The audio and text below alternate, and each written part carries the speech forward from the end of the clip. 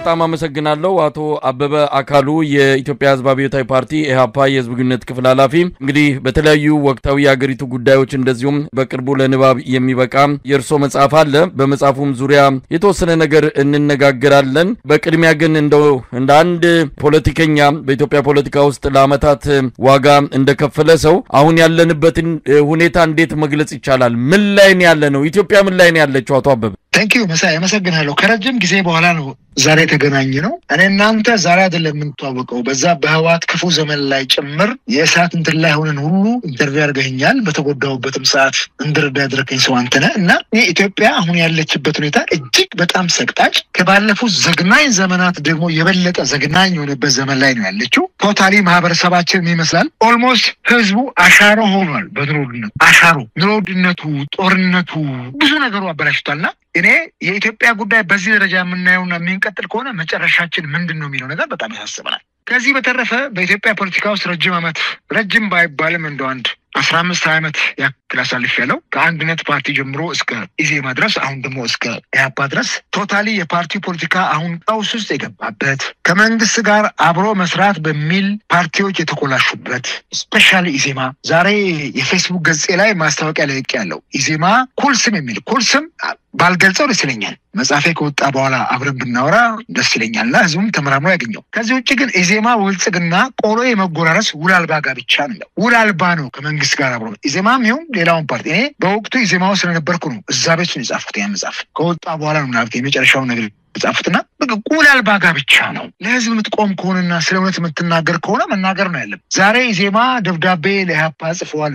ማን ነው መሳይ? እኔ ኢህአፓ ሆነ ማንም ድርጅት እኮ እኔ ለምታገልበትና ለቆምኩለት ዓላማ ማንም እኮ አያዘኝም። ምናልባት አቶ አበበ ወደዛ በቀጥታ አመጣለሁ። እንደው አጠቃላይ የሆነውን ሁኔታ ለማንሳት ያህል ነው። አብይ አህመድ ሰሞኑን የተለያዩ የህብረተሰብ ክፍሎችን ጠርቶ አነጋግሯል። በየመድረኮቹ የምንሰማቸው ነገሮች እውነት ለመናገር ሁላችንም እንደየፖለቲካ ውሳኔያችን አቋማችን አሁን ያለውን በስልጣን ላይ ያለውን መንግስት የምንበይንበት የምንፈርጅበት መንገድ ይኖረናል። ነገር ግን እንደ አንድ ኢትዮጵያዊ በፖለቲካውም ሆነ በሚዲያው በኩል ብዙ ጊዜ እንደቆየ ሰው ሰሞኑን የሚደረጉትን የአብይ አህመድ መድረኮች ተመልክተን ሀገር ያለችበት ሁኔታ እጅግ አሳሳቢ እንደሆነ በተለይም ደግሞ የሚያከብራት ህዝቡን የሚያከብር መሪ አለመኖሩ ይሄ ሰውዬ ሲመጣ ህዝቡን ያከብራል ሀገሪቱን ይወዳል በሚል ብዙዎቻችን ተከትለነው ነበር።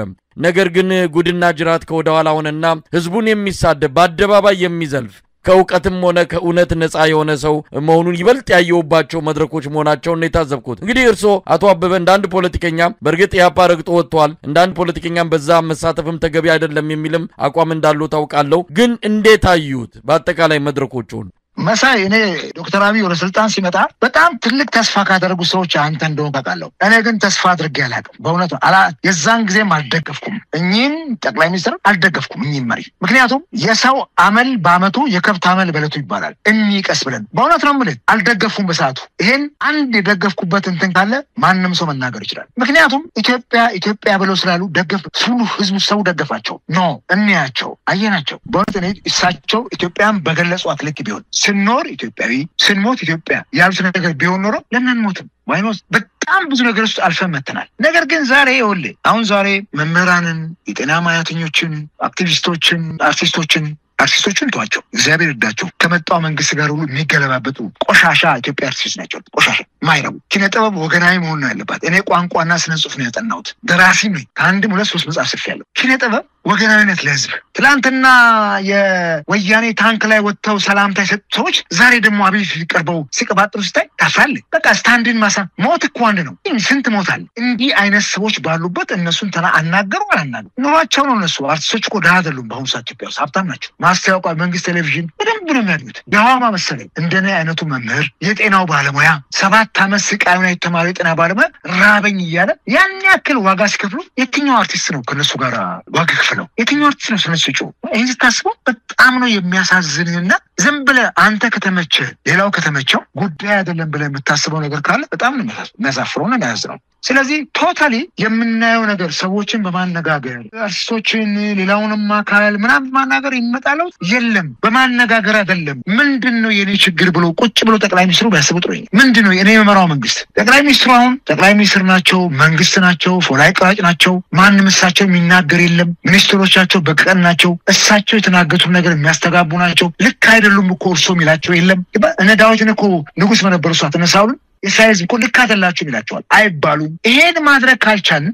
ልክ ኖት ይያል ልክ ያለው ነገር እየሰሩ ነው እየደግፍናቸው ሌላ ችግር ነው መንገሩ አቶ አበበ ምናልባት የፓርቲያቸው ሰዎች የፓርቲያቸው አመራሮች ደጋፊዎቻቸው ልክ ነው አብይ አህመድ የትኛውንም ውዳሴና ሙገሳ ወይም ምስጋና ሊያቀርብ ይችላል ተቃዋሚ ፓርቲ ተብሎ አገዛዙ በስልጣን ላይ ያለውን ገዢ ፓርቲ ድክመቱን ከተቻለ በየትኛውም መንገድ ተጠቅሞ ስልጣን እንዲያጣ የማድረግ ተቀዳሚ ኃላፊነት ያለበት የተቃዋሚው የጎራ ክፍል ሺህ ዓመት ንገስ አብይ አህመድ እንደ ጤፍ ተባዛ የሚል እንኳን አይደለም የሚሰሩት ህልምኖ የሚያስደስተን የሚል ተቃዋሚ መምጣቱ እንደ ሀገር ምን ላይ ነው ያለ ነው አርቲስቱ በርግጥ ኪነ ጥበብ ከመጣው ጋር እንዳርግ እየተጠመጠመች በመሆኗ እናዝናለን አርቲስቶቹ ትላንትም ለህዝብ አልነበሩም ዛሬም ለህዝብ የህዝብንም ብለው ግን ይፎክራሉ እሱ በጣም አሳዛኝ ክስተት ነው መምራንም እንደዚሁም የጤና ባለሙያዎችም አብይ አህመድን እንዲህ አይነት መሪም በዚህ ደረጃ ማመስገንና ማውደስ በጣም አስገራሚ ነገር ነው ነገር ግን ከማንንም በላይ የፖለቲካ ፓርቲ እንደናንተ አይነት በርግጥ እናንተ ረግጣችሁ ወጣችኋል ያልተገኙም አሉ ስብሰባውን ቀድሞ ነው አንገኝም ያሉ ነገር ግን የፖለቲካ ፓርቲ የሚል የዳቦ ስም ይዘው ገብተው ለአብይ አህመድ እድሜና ጤና የሚለምኑ ምስጋናና ውዳሴ በማቅረብ እንደው ጊዜው አልበቃ ያላቸውን የፖለቲካ ፓርቲዎችን ስናይ እጅጉን ያዘን ነው ከየት ወዴት ነው እየተፈጠፈጠን ነው የሚል ነገር ይነሳልና እንግዲህ ከተቋሚ ጎራ የሚመደቡ ነው እርሶትና ምን ማለት ነው ይሄ እኔ ማለት መሳይ ፓርቲ አለ እንደው እውነትን እናገር ተባለ አለ እንደ ፓርቲ ተቃዋሚ ፓርቲ ይሄ የዳቦ ስም ያወጡት ተፎካካሪ ምናምን ጠቅላይ ሚኒስትሩ በቀደም እንዳሞካሹት እንዳስጨበጨቡት መቃወም ካለበት መቃወም ነው ያለበት ልክ አይደለም ብልጽግና ልክ አይደለም ዶክተር አብይ መስመርን አስተካክል ብሎ የሚቃወም ፓርቲ ያስፈልጋል አሁን ተቃዋሚ ነው ያለው እኔ ማለት በጣም ብዙ ሚስጥር አታውጣኝ መጻፌ ኩልስም ኢዜማ ወብልጽግና ቆሎ የመጎራረስ ጉላልባ ጋብቻ ዛሬ ማስታወቂያ ይለቅ ያለው በቅርቡ ይነበባል እዛው ዝገልጫዋለሁ የሆቴል ምቾት የሆቴል ፖለቲካ እኮ የሚያንገላታቸው ምቾት የሚያንገላታቸው እኮ ፓርቲዎች ናቸው ያሉት ምቾት የሚያንገላታቸው የታለ ፖለቲካ ፓርቲ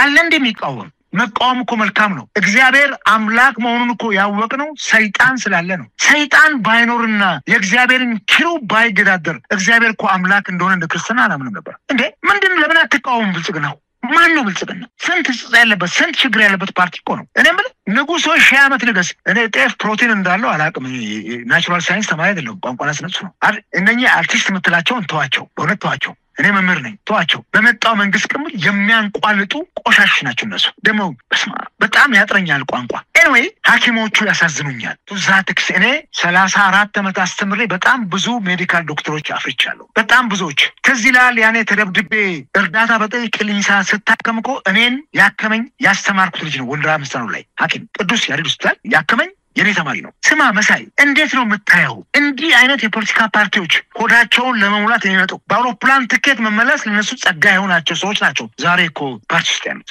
ዛሬ ሀገር አቀፍ ፓርቲ የምትለውን በጣም ውስን በጣት ከሚቆጠሩ ምናልባት እኔ ስለመረው አይደለም ኢህአፓም የራሱ በጣም በርካታ ደካማና ጎኖችና ክፍተቶች አሉት ቢሆንም ለህዝብ ብቻ እንደናት ፓርቲ some extent ማያት የመሳሰሉት እነዚህም ቢሆኑ በጭንቅ ውስጥ ነው እያለፈን ያለ ነው ከዚህ በዘለለ የትኛው ነው ፖለቲካ ፓርቲ በኢትዮጵያ ፖለቲካ ውስጥ ተጽዕኖ እኔ እነግራለሁ የአንድነት ፓርቲ አፈጉባኤ ነበርኩ የሰማይ ፓርቲ ህዝብ ሁኔታ ኃላፊ ነበርኩ ኢዜማ ውስጥ ዋና ጸሐፊ ነበርኩ ሁሉን አየሁ ኢዜማን መጽሐፌን ጽፌያለሁ የኢትዮጵያ ህዝብ ገብቶ ያንብበው ለቃው ለመጽሐፌን ማን ውሸተኛ እንደሆነ የኢትዮጵያ ህዝብ ያውቀዋል ከዚህ በዘለለ ግን ዛሬ ፓርቲዎችን ተስፋ ምጥልባቸዋል እኔ የሚቀጥለው ዓመት ምርጫ ይናፍቀኛል ማን ነው እሱ ተመራጩ ማን ነው የሚዋደረው ፓርቲዎች እስከዛ ይኖራሉ ወይ በምን አቅም አላቸው ወይ ለመንቀሳቀስ በእውነት ነው ብለ መሳይ የኢትዮጵያ ፖለቲካ ቶታሊ የፓርቲ ፖለቲካ ኮላፕስ አድርጓል በኢትዮጵያ ፓርቲዎች ውስጥ የፓርቲ ፖለቲካ ህይወት ዘርቷል በተለይ ለሰከንድ ነው የፈለገ ነገር ለምን የፈለገ አይመጣ ቶታሊ ኮላፕስ አድርጓል አይ ቲንክ ሶ ወይ ሐሙስ ወይ አርብ ኢትዮጵያ ቴሌቪዥን ላይ ከፖለቲካ ፓርቲዎች ጋር በተያዘ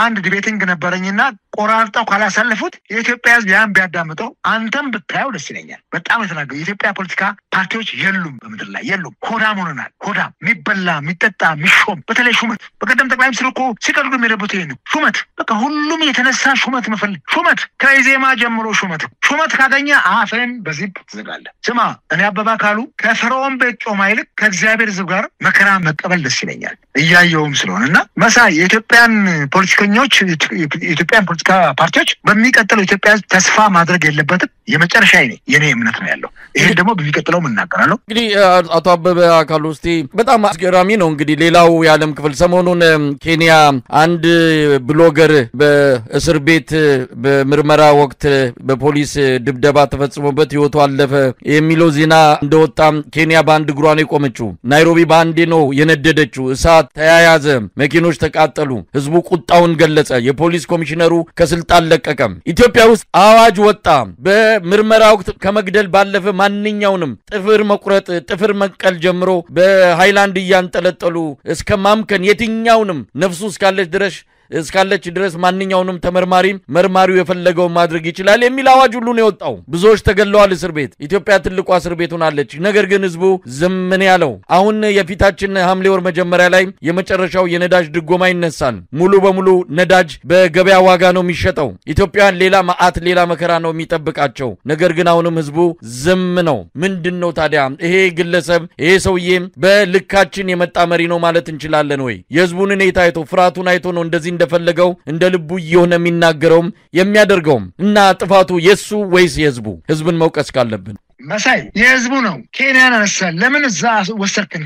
ኬንያ እኮ ጎረቤታችን ሆና እንኳን አሁን ባለው እኮ ሁኔታ ኬንያ ለኛ አውሮፓ ናት፣ አሜሪካን ናት። ስፔሻሊ ስለ ነጻነት መታገላቸው ኬንያ ባለፈውም እኮ ፓርላማውን በጥብጠው ገብተው እኮ ህግ አስቀይረዋል። አሁን ደግሞ አንድ ግለሰብ አንድ አክቲቪስት ስለሞተ እኮ ያን ያክል እኛም ብለን የኢትዮጵያ ህዝብ ምናልባት 130 ሚሊዮን ምናልባት እንደው 80 ወይ 75 ሚሊዮን ሞቶ እንኳን የምንነሳ ከሆነ በጣም ጎበዝ ነን። በእውነት ነው የምልህ። እኔ ምን አይነት ህዝቡን የፍርሃት ድንዛዜ ኖ ብሎ እኮ አይወጣም። አንተ ኖ ብሎ ስታከ እኔ አሁን ኢትዮጵያ ውስጥ በተለይ አዲስ አበባ ውስጥ ከኔ ጋር ሻይ መጠጣት የሚፈራ ሰው አለ። ሻይ አጣም ከኔ ጋር ምን ነው አንተ በመንግስት የምትፈልግ ሰው እኔ የምልህ ሞት እኮ አንድ ነው። 9 ሞት መጣ ብሉት አንዱን ግባ ብለው ሞት እንደው አይቀርም። ኬንያውያን ለምን ታነጻጽራናል? እኛ እኮ የለንም። ቶታሊ ኢትዮጵያውያን እኮ የሉ። ዶክተር አብይ ወያኔን ዱቄት ሆናለች አሉ። ዱቄት የለችም ዱቄት ብሎ ሲፎክሩ ከረሙ። አምባሻ ሆና ስትመጣ ግን በእውነት ነው የምልህ ዱቄት የሳቸው እኮ አንዳንድ ጊዜ ንግግር እኮ ንፋስ የሆነ ንግግር የሚገርም ዱቄት ነው። ኢትዮጵያ ህዝብ ዱቄት ነው። መብቱን የማይጠይቅ ህዝብ፣ ዝም ብሎ የሚለጎም ህዝብ፣ ይሄ ችግር ነው ብሎ የማይናገር ህዝብ። እኔ ኢትዮጵያ ህዝብ እንደው በእውነት ነው ምን እግዚአብሔር ፊት ተንበረኮ ጸልዮ መንግስት ሰማያት የሚገባ ከሆነ ይግባ መንግስት ሰማያት ሰፊ ቦታ ላይ። ከዚህ በዘለ ግን ኖ ልክ አይደለም ብሎ የሚቃወም ሰው እኔ እነግርሃለሁ እስከ መጨረሻው ድረስ እስትንፋሴት እስከምትወጥ ድረስ መንግስት በአግባቡ ካላስተዳደረ ኖ ነው የምለው የአብይ መንግስት። እኔ የአብይ መንግስት እንዴት እስከ መቼ በዚህ ሁኔታ እንደሚቀጥል አላውቅም። በጣም ብዙ ሰዎች ብዙ ሚዲያ ላይ ኢንተርቪው አድርጌ ሲወጣ አንዳንዶቹ የመንግስት አካል ስለሆንክ ዝም ይለዋል። እግዚአብሔር ይስጣቸው። ምን አይነት እኮ ህዝብ እንዳለ ግራ ይገባል። ለዚህ ህዝብ ነው የምታገለው ትላለህ እኮ። በእውነት ነው ምን መሳይ ምን አይነት ህዝብ ነው እየታገልኩት ያለው ህዝብ እላለሁ። በጣም ነው የማዝነው። የፖለቲካ ፓርቲዎችን ተዋቸው የሉም እኮ ቢኖሩ ደስ ይለናል። የሉም። እርስ በርሳችን እየተሻለ ዛሬ ከኢዜማ ወደ ኢህአፓ እኔ ላይ ደብዳቤ ጽፏል። እንዲያድርጎ ወንድ ይክሰሰኝና ይጠይቀኝ። ኢዜማ ያው የብልጽግና አሽከር ስለው ነግራለሁ። አሽከር መጽሐፌንም ጽፌያለሁ። የኢትዮጵያ ህዝብ ያንብበው። አሽከር ነው የብልጽግና ኢዜማ። በጣም ነው የማዝነው። የሚገርም ነገር ለምን ትናገረኛላችሁ ከሆነ እናገራለሁ። እስትንፋሴ መሳይ 60 ዓመት ሞልቶኛል። ከዚህ በኋላ እግዚአብሔር የሚሰጠኝን አላውቅም፣ ግን መናገር የሚገባኝን ነገር እንደ ልቤ ነው የምናገረው። እግዚአብሔርን ስናማረው እኮ የሚቀጣም ቢሆን እኮ ይገለን ነበረ እንደ ህዝብ እንደ ምድራዊ መንግስት ቢሆን እግዚአብሔርን እኮ እናማረዋለን። እኔ ብለ ኢዜማ ለስልጣን የሚጓጉ ሰዎች እኮ ያሉበትና አይመሩት ፓርቲ ነው ኢዜማ። መጽሐፌ ይወጣል፣ ኩልስም በቅርቡ ይወጣል። ደግሞ እነግርሃለሁ እግዚአብሔር ቢረዳኝ በነፃ ነው የምለቀው። ኢትዮጵያ ለሁሉም ህዝብ በነፃ ዩቲዩብ ላይ በነፃ ለቀው ህዝቡ ያነበዋል። እንግዲህ ወደ ሌሎቹ መጣለው። እስቲ ስለዚሁ መጽሐፍ የተወሰነ ነገር ብንል ያኔም ማስታወቂያውን አይቼዋለሁ። የተለቀቀውን ፖስተሩን የመጽሐፉን የፊት ሽፋን ገጽ እንደሆነ ነው ምገምተው። እንግዲህ በዚህ መጽሐፍ ምናልባት ከርሱም በመነሳት ኩልሰም ኢዜማ ወብልጽግና ቆሎ የመጎራረስ ውላልባ ጋብቻ ይላል። መጽሐፉ ላይ የሚታየው እግር በደም ተለውሶ የሚታይበት ቁርጭምጭሚት ላይ የብልጽግና አርማ የሚታይበት እንደሆነ ነው እንግዲህ ከፖስተሩም የማየው። ምንድነው እስቲ መጽሐፉ ከሽፋኑ ጀምሮ ምን መልእክት ለማስተላለፍ ነው? እንደው ባጭሩ ይዘቱስ ምን ይመስላል?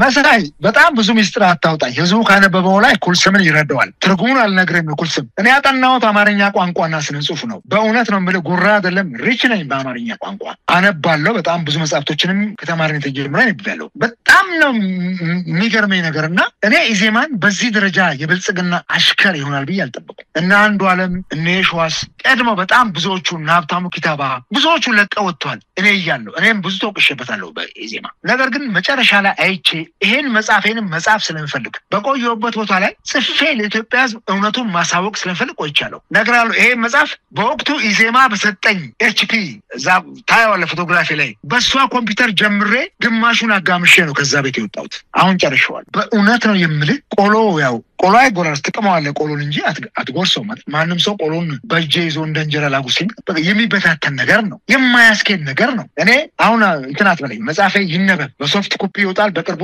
በሃርድ ኮፒ አላስበውም ሚሊየንስ ነው በሶፍት ኮፒ ግን እንዲወጣ ጨርሻለሁ እሱ ይወጣና የኢትዮጵያ ህዝብ ያንብበው ምንም አልፈልግም ይገርም ዛሬ ከኢዜማ የሰማሁት መረጃ ስራ አስፈጻሚው ላይ ለምኑ አሳትሞ ተባልኩ ችግር የለውም ብለምን ደሃይ ለምናል አይ ቲንክ ሶ ደሃነኝ በይገርም ደሃነኝ ምንም የለኝም ለምኑ አሳትሞ ተባልኩ አላሳተምኩም በሶፍት ኮፒ ነው የሚለቀው የኢዜማ ሰዎች ይስሙት ከፕሮፌሰር ብርሃኑ ነጋ ጀምሮ ይስሙት ደሃነኝ ለምኑ አሳትሞ አሉኝ ዛሬ ኢዜማዎች ዛሬ ሲወያዩ የሚገርም ነገር ውሏቸውን ሰማለሁ ውሏቸውን አውቃለሁ በደንብ ስለማውቅ አም ሶሪ መተቸት ስለማይፈልጉ አንደኛ መንግስትን ለመተቸትም አቅም ስለሌላቸው ጉልበትም ስለሌላቸው ስልጣን ወደው የገቡበት ዛሬም ስልጣንን እንደንትን የሚከጅሉ ሰዎች ኢዜማ ውስጥ ስላሉ እኔማ ኢዜማ ውስጥ ነግራሉ በጣም ብዙ የተማርኩበት ዋጋ የከፈልኩበት ከብዙ እንትን ይዛንኩበት ኢዜማ ለኔ ከዩኒቨርሲቲ ቀጥሎ ትምህርት ቤቴ ነው ነገር ግን ሰዎቹን ስታያቸው ሆዳም ለስልጣን ያደሩ ስልጣን የሚከጅሉ ከጀልቱ ይላል ከጀልቱ በእውነት ነው ምን አለበት አበበ ጻፈ መጻፍ ምን አለን እስቲ እናንብበውና መጻፉን የሚለንን ነገር ነገ ለፓርቲው እድገት ይጠቅም ይሆናል የሱን እንትን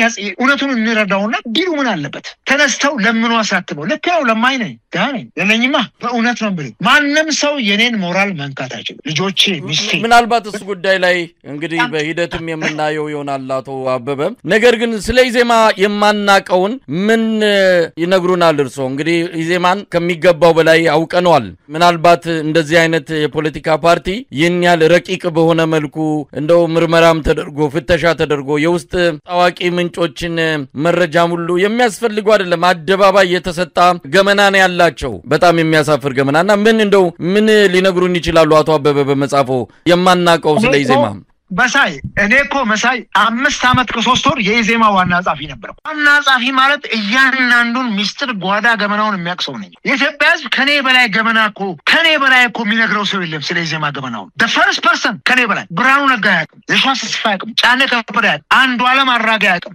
የዛም ቤት ገመና ዋና ጻፊ ሆኜ ማቀው እኔ ነኝ everything ነጅ ላይ ነው ያለው የዛ ቤት እኮ ሰውጣ ትርምስምስ እኮ ወጥቷል ለምን ለቆጣ ጭንቅ እኮ ነው ዛሬም እኮ ቅድም የላኩልን ደብዳቤ እኮ የሚጽፉብኝ እኮ ለያፓ ጭንቁ ስላሉ እኮ ነው ስለማቅ ነው የሚገርም የኢትዮጵያ ህዝብ ደግሞ አበበ ማን ነው የሚለው ነገር ጠንቅቆ የሚያውቅና የሚያከብረኝ ህዝብ ነው ኢትዮጵያ ውስጥ ያለው ከዚህ በላይ ሀብት የለኝም ምን የሚገርም ምናልባት በስልጣን በመናምን ሆዳቸው ጠግበው መኪና ይዘው ምናምን እኔ በአውቶቡስ የተጋፋው የሚሄድ ልጆቼ የትራንስፖርት እንኳን የሚቸገሩ ልጆች ናቸው ያሉኝና ጉዳይ አይደለም የሚገርም ነገር ልጆቼ የተማሩ ናቸው ነገ ሰርተው ያገኛሉ ይለወጣል ይሄም ስርዓትና በእውነት ነው ማለት ከኔ በላይ ማን ያውቃል የኢዜማን ገመና እኔ እኮ ማን ነው የሚያውቀው እኔ believe or not እዛ ቤት አንደኛ የኖርክበትን ገመና ብዙ አታጋልጥም ግን ሲያስፈልግ ደግሞ ታጋለ ሰሞኑን አይታል አይደል እነ ገንዱ አዳርጋቸው ከአብይ ጋር የነበራቸው ታየደንዳ የኔ ጀግና ማከብረው ሞደው ሰው ተባ እኔ ለማ ደሞ አንድ ቀን የሱን ድምጽ መስማት ይሻለው የሚገርም ገመናውን አውቶ ቢያሳዩን የዚህን ስርዓት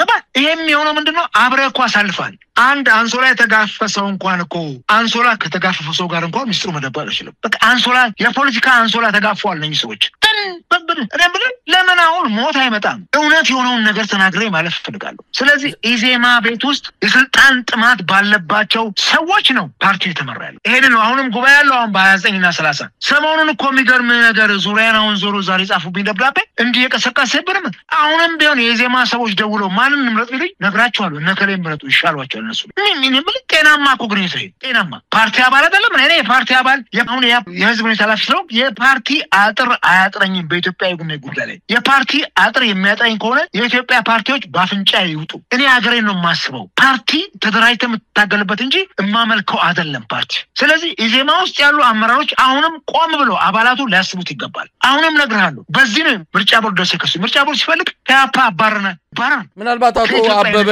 በዚህ በደብዳቤው ላይ እንግዲህ ኢዜማ ለምርጫ ቦርድ የጻፈው ላይ ነው ለኢሃፓም በግልባጭ ወይም አንድ ላይ ደብዳቤውን የጻፈበት ሁኔታ ነው ያለው ነገር ግን የድምጽ ግጂ ተያይዟል በተያዘው የድምጽ ግጂ ላይ እንግዲህ እርሶ የኢዜማ ጉዳይ ውስጥ ገብተው ከላይ መረጥ ማለት አስፈላጊ ነበር ወይ ምናልባት ኢዜማ በብዙ ነገር ቆሻሻ ነው ግን በዚህ ጉዳይ ላይ እርሶ ከፓርቲው ወጥተዋል ይሄን አድርገዋል አሁን ኢዜማ በከሰሰው መልኩ እየደወሉ ከላይ መረጥ የሚል ነገር አድርገዋል የድምጽ ግጂ እኮ ወንጀል ነው እኔ ሳልፈቅድ የሚቀዳ ወንጀል ድምጽ ካለ ወንጀል ነው ላኩልኝ ብያቸዋለሁ ይላኩና ፍርድ ቤት ከዛ ቁጭለን ተራደራለን የሰዎችን የመናገር ነፃነት ለመገደብ በዚህ ደረጃ ማሸማቅ ወንጀል ነው መሳይ ወንጀል እኮ ነው አንተ በሰለጠነው ዓለም አይደል ያለው አሜሪካ እኮ ነው ያለው አንተ ወንጀል እኮ ነው መንግስት እንኳን ዶክተር ጫኔ ድምጹ ተቀዳ ተብሎ እኮ ተለቆ ሚደላይ ፍርድ ቤት እኮ ዶክተር ጫኔ ሲቆም ተማልሻለኝ የተቀዳው እኮ ድምጽ ዶክተር ጫኔ ነው አይደለም ድምጽ እኮ ኢሚቴት ይደረጋል እንዴት ነው የምትቀዳው አንድ ሰው ሰዓት አሁን እኮ ፈቅደህ ነው ኢንተርቪው ተደርገው አይደል በርግጥ ልክ ነው ያለ እርሶ ፍቃድ መቅዳት ግን ድርጊቱን አድርገውታል ድርጊቱን ግን የደወሉ አከለም መረጥ አይመረጥ የሚለውና አድርገዋል እርሶ ማንንም ይመረጥና ማይመረጣልና ነው ዛቤት አከለም መረጡ ከዝንጀሮ ቆንጆ ምን ይመረጡ ፈጠረ ምን አለና ነው ዛቤት ይሄን ከሉ ማን ነው ይመረጠው መመረጥ ኮሚቴ ሰው የለም እኮ ዛቤት እጁ እንኳን የሚሆን ሰው ቋቶ የተቸገሩ ሰዎች ናቸው ዛቤት አናውቅም እንዴ እንዲቀርጸነዋል እንዴ ምናምን ወንጀል ነው እኮ ነው መረዱ በህግ ፊት ጠይቃሉ ያምጡ ያፓም ጋር ደረሰ ድምጽ ካለ ምርጫ ቦርድም የደረሰ ድምጽ ካለ በፈጠረ መሳይ የኢትዮጵያ ፖለቲካ እንዴት አይነት ቆሻሻና መጠላፊ ይበዛበት ነው በእውነት ነው ብለ ያምጡ ከዛ በኋላ ህግ ፊት እንገናኛለን ችግር የለው ባላጠናም ትንሽ ዕውቀቱ አለኝ በማንበብ ለማንኛውም አቶ አበበ እንግዲህ ይሄ ክስተት በርግጥ ኢዜማን ለመከላከል ሳይሆን ምናልባት በእርሶ ወደ ኢሃፓ ከገቡ በኋላ በኢዜማ ጉዳይ ውስጥ ለምን በእንደዚህ አይነት መልኩ ይሳተፋሉ የሚል ጥያቄ ቢነሳ ምላሾ ምንድነው የሚለውን ለማንሳት ያል ነው ነገር ግን እንደው መጽሐፉን እናነባለን ሲመጣ ወይም ደግሞ ከዛው ከመጽሐፉ ሁሉ ነገር አግኙት የሚል ነገር ነው እርሶ እየገለጹ ያሉት እንግዲህ መጽሐፉን ከማንበባችን በፊት እዚህ ሁሉ ነገር ዘርግፈው እንዲነግሩን አይደለም ግን አንድ ነገር ስለ ኢዜማ መናገር ይቻል ይሆን ኢዜማ እኔ በቅርቡ በራሴ የግል ማህበራዊ መድረክ ላይ የጻፍኩት አለ እንደዚህ ፓርቲ እንደ ኢዜማ በኢትዮጵያ የፖለቲካ ፓርቲዎች ታሪክ እውነት ለመናገር አጸያፊ ድርጊት የፈጸመ የለም በጣም አጸያፊ ድርጊት የፈጸመ ኢዜማ የሚባል ፓርቲ በኢትዮጵያ ውስጥ መኖሩ በራሱ ለኢትዮጵያ እርግማን እስኪመስለን ድረስ በጣም ያፈርንበት ፓርቲ ነው ለማንኛውም እኛ ውጭ ሆነን ያየነው ነው እናንተ ውስጥ ነበራችሁ እንደው አንድ ነገር ስለ ኢዜማ መናገር ከተቻለ እነግራለሁ እኔ ኢዜማ ስንጀምረው በጣም ደስ ብሎን ዛት ኤክስቴንት ሄደን እና አንዱ አለማራጌ በጣም ትልቅ ዋጋ ከፈሉ ነሽዋሳ አሰፋን ፕሮፌሰር ብርሃኑ ጋር በረሃ ወርዷል ብለን በጣም ያከበርነው ሰው እኔ ምናልባት አንድ ቀን እነ ኤፍሬም ማዴቦን ብዙ ጊዜ ካንተ ጋር ይቀርባል አንድ ረክስ ታያቸዋል አብሮ መስዋዕትነት የከፈሉ ከብርሃኑ ጋር ኢዜማ የኢትዮጵያን ህዝብ ለመከራ የዳረገ የገዢው ፓርቲ አሽከር ገረድ ነግራሉ ገረድ ሶሪ ገረድ ወንድ ብቻ አይደለም ሴትም ገረድ እንደ ኢዜማ አይነት ብልሹ መታገል ሲንጭ አንድ እኮ አገር ፖለቲካሊ ገዢው ፓርቲ ካለ ተቃዋሚ ያስፈልጋል እኮ ምንድነው ያለው የኬንያው ፕሬዝዳንት ስልጣን ላይ እኮ ሲወጣ ኢናጉሬሽኑ ላይ የትኛውም የፖለቲካ ፓርቲ ተቃዋሚ ፓርቲ በፍጹም አብሬ እንድሰራ አልፈቅድም በደንብ እንዲቃወሙ ይፈልጋለሁ እኮ ነው ያለው በደንብ እንዲቆሙ መቃወም ስህተቱን ስለሚያሳዩት ጠቅላይ ሚኒስትሩ ሰብስበው ኮንት ሲሏቸው ተፎካካሪ ስም ማሞካሸት ስም የለም ስምን መልከጥፉን በስም ይደግፉ ተቃዋሚ የሚለውን ነገር ፈርተውት በቃ ተባባሪ አብረን አይደለም ተቃዋሚ ያሳክፉ ጎረቤት ዕቃ ያስገዛል ይባላል አላውስም የኔ ሚስት ጎረቤት ላይ ድስት አላውስም ካሏት ድስት ትገዛለች ማመሳያ አላውስም ካሏት ማመሳያ ትገዛለች እንዲህ መሆን ነው ያለበት ምንድነው ጠቅላይ ሚኒስትሩን ዛይ ሰማይ ሰቅለ አምላክ አድርገ ከምታሞግሳቸው ይልቅ ይሄ ነው የእርሱ ስተት ብለህ ብትነግራቸው እኮ አገርን ባግባው መጻፈም ላይ ያለው ይሄ ነገ ወይም ተነጎዳ የመጻፈን የጀርባውን ከመጻፈ ስቴቱን ጀርባውን እንትሮች ይለቃሉ የሚገርም ነገር ስለቅ ታዩታላችሁ ከዛ ውጪ እኔ ከዚህ መጻፍ ዛሬ ዜማዎች እኔ ላይ እንደቆረቡብኝ ለምኖ አሳተሙት እንዳልባል ሳይሆን በነፃ ለቅ ያሳያቸዋል ምንም 10 ሳንቲም ከዚህ መጻፈል በነፃ ዩቲዩብ ላይ ለቀይ ያዩታል። የሚገርም ነገር አንብበው ግን ምንድነው እሱ አገሪቱ ያለችበት ምንድነው ዜማ ያለበት? እኔ ዜማ ለኔ ትምህርት ቤት ነው አሞግሸዋለሁ ባለው ነገር ግን ጥቂት የስልጣን ጥመኛ የሆኑ አመራሮች ባሉበት ቦታ ላይ ትዛት ኤክስቴንት ነግራለሁ። ትዛት ኤክስቴንት እኔ የኢትዮጵያ ፖለቲካ ቶታሊ የፖለቲካው ሳይሆን የፓርቲ ፖለቲካ አስቆጥቶ ከዚህ በኋላ ኢትዮጵያ ህዝብ እንዲያስብ ፈልገው በፓርቲ ፖለቲካ ለውጥ ይመጣል ብሎ ኢትዮጵያ ህዝብ እንዳይጠብቅ። ለውጥ የለም በፓርቲ ፖለቲካ። ለከንቲባዋ ሽልማት የሚሰጡ ጠቅላይ ሚኒስትሩን እድሜው ይርዘም እያሉ የሚመርቁ ሰዎች የፓርቲያቸውን ፕሮግራምና እንትን ትተውት ቶታሊ ትተውት ሳይሆን ስለማያውቁትም ጭምር እንዲህ አይነት ፓርቲዎች ባሉበት ዘመን ላይ በኢትዮጵያ ፖለቲካ ውስጥ የፖለቲካ ፓርቲዎች ለውጥ ያመጣሉ ብዬ አልጠብቅም። እንደው በመጨረሻ እንደው አቶ አበበ አካሉ እንግዲህ መጽሐፉን አንብበን ደግሞ ዳግም እንደምንገናኝ ተስፋ አደርጋለሁ። እንግዲህ አሁን ያለንበት ሁኔታ ኢትዮጵያውያን በከፍተኛ ችግር ውስጥ ነው ያሉት። እውነት ቃላት አይገልጸውም። ቃላት የሚገልጸው አይደለም። እኛ በባህር ማዶ ሆነን በርቀት በመንሰማቸው ብቻ አይደለም ወላፈን ሁሉ ይደርሰናል። ከርቀትም ቢሆን ቤተሰብ አለን፣ ጓደኛ አለን፣ ችግራቸው ይሰማናል። እዛ ስለሚቸገሩ እኛ እዚህ እንደው እንቅልፍ ምንተኛም አይደለንም። ኢትዮጵያ ችግር ላይ ነው ያለች። ይሄን መተማመን አለብን። አብይ አህመድ ሁሉ ነገር እየተሳካ ነው፣ ሁሉ ነገር ሰላም ነው እያለ ነው። ምንድነው የምንጠብቀው? እንደው ምን ይመክራሉ? እንደው በመጨረሻ የሚያስተላልፉት መልእክት ካለ? እኔ ኢትዮጵያ ከፍርሃት ቆመን ወጥቶ አካፋን ዶማን ብሎ ሊዩክስ ይገባዋል። በፍርሃት ቆፈን ተሸብበን በየቀኑ ችግሮቻችንን ከማብዛት በስተቀር ፍራንክሊ ስፒኪንግ የምናመጣው ለውጥ የለም። ማንም ሰው እኔ ቤቴን ሳስተዳድር ሚስቴም ስጠኝን ልጆቼ ሚስጥኝ ትችት ተቀብዬ ተቃውሞችን ተቀብዬ ካላስተዳደርኩ የትም አንደርስም። ዶክተር አብይም እባኮትን ዶክተር አብይ አንዳንድ ኢትዮጵያዊ ተራ ኢትዮጵያዊ ለምኖታል። እባኮትን ምስጋናና ጨብጨባ ለሱ አያዋጣውትም። የበለጠ እርሶን የሚሻሉት ከተቃውሞው ጎራውን ከህዝብ ሮሮን ማዳመጥ ነው። ሰዎች ተሰብስበው እርሶ ጋር የሚሰጡ አድናቆት የትም አያሻግሩትም። በእውነት ነው ብለ እኔ ደራሲ ነኝ። 3ኛ መጽሐፌ ነው አሁን የምለቀው። ከመሰገነው ይልቅ የምተቸው ነገር ነው ለኔ። በስነ ጽሁፍም የምተቸው ነገር ጥሩ ነው። ይሄን ማድረግ የሚቻል ከሆነ ምናልባት ነገ ተግባብተን ተሻሽለን መሆን እንችላለን። አለዚያ አገር በዚህ ሁኔታ አትመራም። ከባድ ነው። የፖለቲካ ፓርቲዎችም የቆሙለትን ዓላማ ማወቅ መቻል አለብን። ቶታሊ የሴራ ፖለቲካ የትም አያደርሰንም። ቅድም እንደነገርኩ በኢትዮጵያ ፖለቲካ ተስፋ ቆርጬ በተለይ በፓርቲ ፖለቲካ አይቆም። በፓርቲ ፖለቲካ ግን የትም አንደርስም በዚህ መንቀጥል ከሆነ። ስለዚህ እኔ ዜማን ትቼ ወጥቻለሁ። በእውነት ነው የምልህ። ትቼ መውጣቴ ጤናማ ሰው ሆኛለሁ። እንደፈለኩ አሁን ካንተ ጋር እንደዚህ የምናገረው ዜማን ትቼ ስለወጣሁ። እኔ እኮ ለ6 ወር ፕሮፌሰር ብርሃኑ ነጋ አዞ ዶክተር ሙሉ ዓለምን የትኛው ሚዲያ ላይ እንዳለ አድርጎኛል። እኔ ምን ነፃነት ያው የመናገር የመብላት እኮ ምናምን አይደል የመናገር ምን አደረገኛል ፓርቲ። ስለዚህ ኢትዮጵያውያን በጋራ እንቁም፣ አንፍራ፣ እንታገል። ልክ አይደለም ብለን መንግስትን እንገስጸው። የመንግስት ደፍረን እናገር። ይሄን ማድረግ ስንችል ምናልባት ነገ መንግስት ልብ የገዛ ሄዶ ወደ ትክክለኛ መስመር ሊገባ ይችላል። አመሰግናለሁ። በጣም ነው የማመሰግነው አቶ አበበ አካሉ የኢትዮጵያ ህዝብ አብዮታዊ ፓርቲ ኢህአፓ የህዝብ ግንኙነት ክፍል ኃላፊ። እግዚአብሔር ይስጥልኝ። ዳግም እንገናኛለን። መልካም ጊዜ። አሜን።